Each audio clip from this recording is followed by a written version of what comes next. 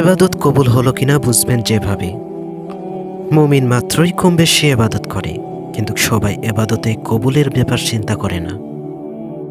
আবার অনেকে ইবাদত বিশুদ্ধতা হচ্ছে কিনা সে ব্যাপারে সচেতন থাকে। একই সঙ্গে আল্লাহর কাছে ইবাদত কবুলের প্রত্যাশাও করেন। এখানে আমরা দেখে নেব ইবাদত কবুল হচ্ছে কিনা। ১ নম্বর, আমল কবুল হওয়ার ভয় না করা। যে কোনো ইবাদতের পর অন্তরে কবুল না হওয়ার ভয় সৃষ্টি হওয়া ইবাদত কবুলের অন্যতম মানবদণ্ড। তাই মহান আল্লাহর ইবাদত করতে হবে যত্ন সহকারে, খুশুখুজুর সঙ্গে। আর পরিপূর্ণ খুশুখুজু আনতে হলে অবশ্যই ইবাদতটি সঠিক হচ্ছে কিনা, তা আল্লাহর কাছে কবুল হবে কিনা, হে ভয় অন্তরে থাকতে হবে।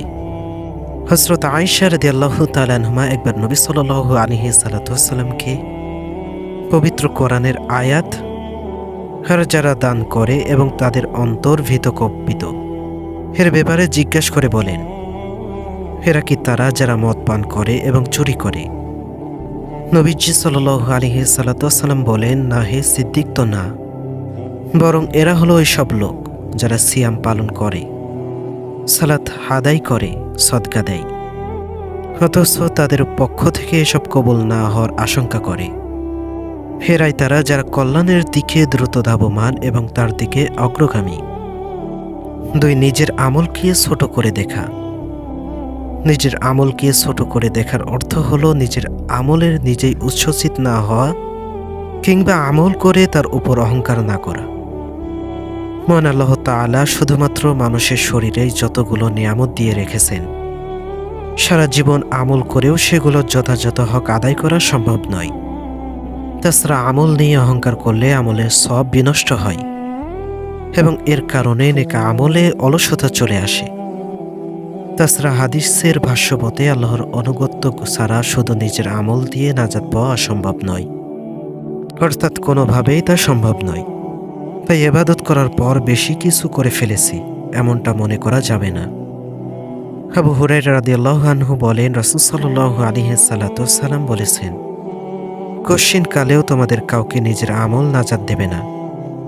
তারা বলেন, হে আল্লাহর রাসূল, আপনাকেও না। তিনি বলেন, আমাকেও না, তবে আল্লাহ তাআলা আমাকে রহমত দিয়ে ঢেকে রেখেছেন। তোমরা যথারীতি আমল করে নৈকট্য লাভ করো। তোমরা সকালে, বিকেলে এবং রাতের শেষ ভাগে আল্লাহর ইবাদত করো। সবসময় মধ্যপন্থা অবলম্বন করো। অবশ্যই মধ্যপন্থা আমাদের লক্ষ্যে পৌঁছবে।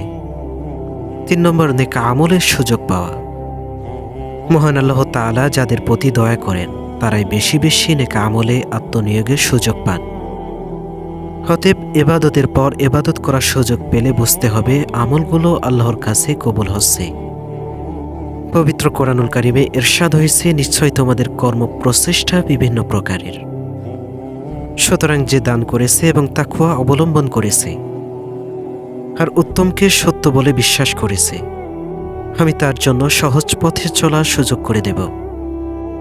আর যে কার্পণ্য করেছে এবং নিজেকে সম্পূর্ণভাবে মনে করেছে আর উত্তমকে মিথ্যা বলে মনে করেছে, আমি তার জন্য কঠিন পথে চলা সুগম করে দেব।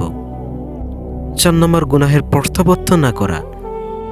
বান্দা যখন গুনাহকে অপছন্দ করতে শুরু করবে এবং তাতে প্রত্যাবর্তন তার কাছে অপ্রিয় হবে, তখন বুঝতে হবে তার ইবাদত আল্লাহর দরবারে কবুল হচ্ছে। পাশাপাশি যদি বিগত দিনের গুনাহগুলো স্মরণ তাকে চিহ্নিত এবং লজ্জিত করে, অন্তরে আফসোস সৃষ্টি করে, তবে বুঝতে হবে তার আমল কবুল হচ্ছে। আল্লামা ইবনুল কাইয়িম রাহমাতুল্লাহ আলাইহি বলেন, গুনাহের কল্পনা যদি কাউকে আনন্দ দেয়, সে গুনাহে লিপ্ত থাকতে পছন্দ করে এবং পাশাপাশি ইবাদত করেও, তবে সে ৪০ বছর ইবাদত করলেও তা কবুল হবে না। ৫ নম্বর, ইবাদতের প্রতি ঝোঁক তৈরি হওয়া। ইবাদত কবুল হওয়ার এটাও একটি চিহ্ন যে ইবাদত করতে আগ্রহী হওয়া। গুনাহতে অনাগ্রহ সৃষ্টি হওয়া, ইবাদতে প্রশান্তি খুঁজে পাওয়া। পবিত্র কোরআনুল কারিমে সূরা রাদের ২৮ নম্বর আয়াতে আল্লাহ সুবহানাল্লাহু তাআলা ইরশাদ করেন, যারা ঈমান আনে এবং আল্লাহর স্মরণে যাদের চিত্ত প্রশান্ত হয়, জেনে রেখো আল্লাহর স্মরণেই চিত্ত প্রশান্ত হয়। ৬ নম্বর, ইবাদত কবুলের আশা করা। আল্লাহর ভয় এবং তার রহমতের আশা বান্দাকে সঠিক পথে পরিচালিত করে। শুধু ভয় মানুষের হতাশা বাড়ায়, মানুষকে বেপরোয়া করে তুলতে পারে। আর যখন আল্লাহর প্রতি ভয় ও আশার মিলন ঘটে, তখন ইবাদতে খুজু আসে এবং আল্লাহর রহমতের আশায় ঈমান বৃদ্ধি পায়, যা ইবাদত কবুলে সহায়ক ভূমিকা রাখে। মহান আল্লাহ তাআলা জাকারিয়া আলাইহিস সালাতু ওয়াসসালাম ও তার স্ত্রীর ব্যাপারে বলেন, তারা সৎ কাজের প্রতিযোগিতা করত আর আমাকে আশা নিয়েও ভীত হয়ে থাকত, আর তারা ছিল আমার প্রতি বিনয়ী। আমলের ধারাবাহিকতা বজায় রাখা, নেক আমলের ধারাবাহিকতা বান্দাকে অন্যতম উচ্চতায় নিয়ে যায়। যাদের আমল কবুল হওয়ার সম্ভাবনা বেড়ে যায়, আয়েশা রাদিয়াল্লাহু আনহা থেকে বর্ণিত, রাসূল সাল্লাল্লাহু আলাইহি সাল্লাম বলেছেন, তোমরা ঠিকভাবে ও মধ্যপন্থায় নেক আমল করতে থাকো, আর জেনে রাখো যে তোমাদের কাউকে তার আমল বেহেশতে নেবে না, এবং আল্লাহর কাছে সবচেয়ে বেশি প্রিয় আমল হলো যা নিয়ত করা হয়, তা অল্পই হোক না কেন।